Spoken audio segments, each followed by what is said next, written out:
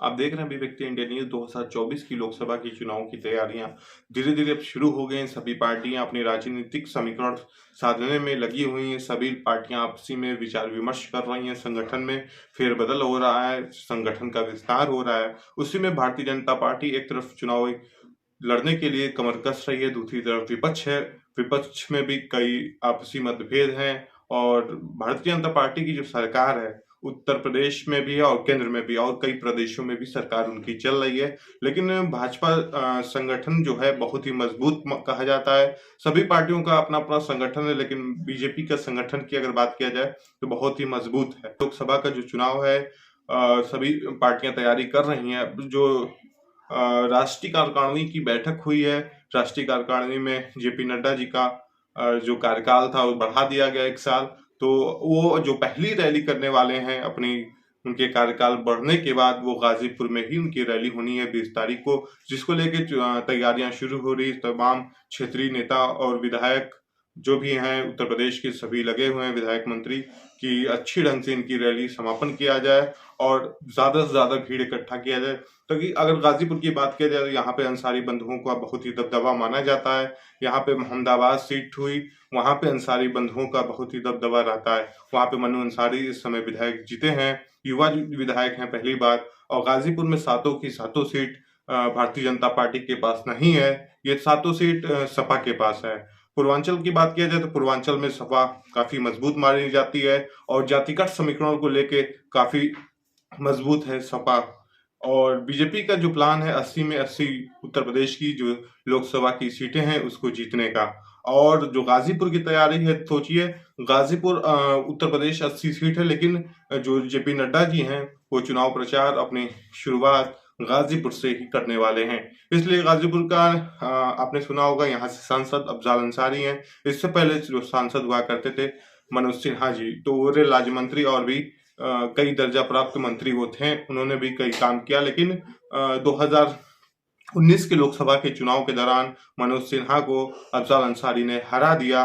उसके बाद यहाँ से सांसद अफजाल अंसारी को चुना गया। फिर कुछ दिनों बाद वो एलजी का कार्यभार संभाल रहे हैं जम्मू कश्मीर में और चुनाव लड़ने की सरगर्मियां तेज हो गई। तमाम जो भी दावेदारियां मजबूत कर रहे हैं प्रत्याशी जातिगत समीकरण को लेके। और जो बीजेपी है यहाँ पे ऐसा कैंडिडेट देगी कि जो जातिगत आंकड़े भी साध ले और मजबूत रहे कैंडिडेट। इसलिए अगर देखा जाए तो आज के दौर में अफजाल अंसारी बहुत ही मजबूत कैंडिडेट के रूप में चुनौती दे रहे हैं और मनोज सिन्हा जी को हराना एक मामूली बात नहीं है। रेल राज्य मंत्री और भी कई उनके पास मंत्रालय थे।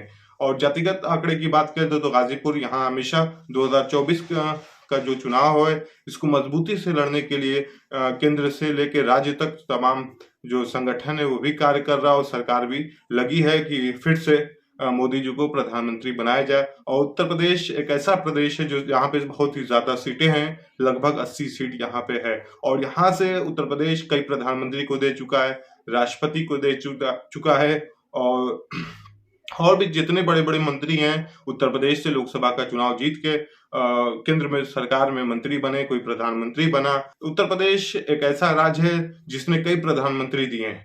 तो हमारे ही गाजीपुर के बगल के जिले जो काशी है, जो वाराणसी है, वहां से सांसद माननीय नरेंद्र मोदी जी हैं, दूसरी बार सांसद बने हैं। अब की भी 2024 का चुनाव भी वहीं से लड़ने की तैयारी में है।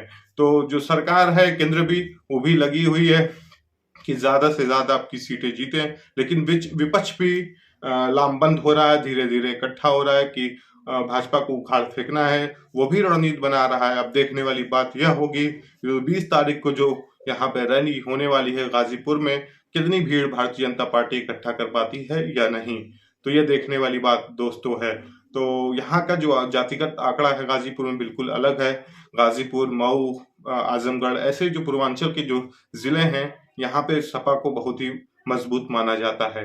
तो अगर उत्तर प्रदेश में बात किया जाए तो सपा एक भाजपा, दो ही मुख्य पार्टियां हैं जो लोकसभा के चुनाव में लड़ेंगी। और जो छोटी मोटी पार्टियां हैं वो अपने अपने जिले में काबिज रहेंगी। लेकिन भारतीय सुहेलदेव पार्टी की बात किया जाए तो यहाँ पे ओम प्रकाश राजभर जी भी तो अपने तैयारी में हैं कि किसी ना किसी पार्टी में सेटलमेंट करके गठबंधन कर लिया जाए, इसलिए कि वो उनका जो गठबंधन होता है कुछ ही सालों के लिए होता है, कुछ ही दिनों के लिए होता है। आपने देखा होगा विधानसभा के चुनाव में अखिलेश यादव जी के साथ उन्होंने गठबंधन किया, उसके बाद उनके कई विधायक जीत गए, उसके बाद अखिलेश यादव से नाता तोड़ दिया उन्होंने।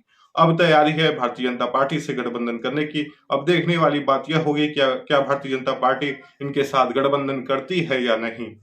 तो 20 तारीख का इंतजार है दोस्तों। जैसी भी खबरें रहेंगी हम 20 तारीख को दिखाएंगे, कितनी भीड़ इकट्ठा होती है और भारतीय जनता पार्टी की क्या तैयारी है।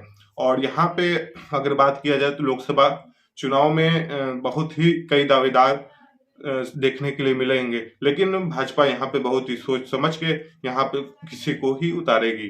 तो यह थी जानकारी अभिव्यक्ति इंडिया न्यूज यूट्यूब चैनल की तरफ से हम आपको बता रहे थे। जो भी उत्तर प्रदेश से रिलेटेड या और भी न्यूज़ आप देखना चाहते हैं तो अभिव्यक्ति इंडिया न्यूज को सब्सक्राइब कीजिए, लाइक कीजिए व शेयर कीजिए।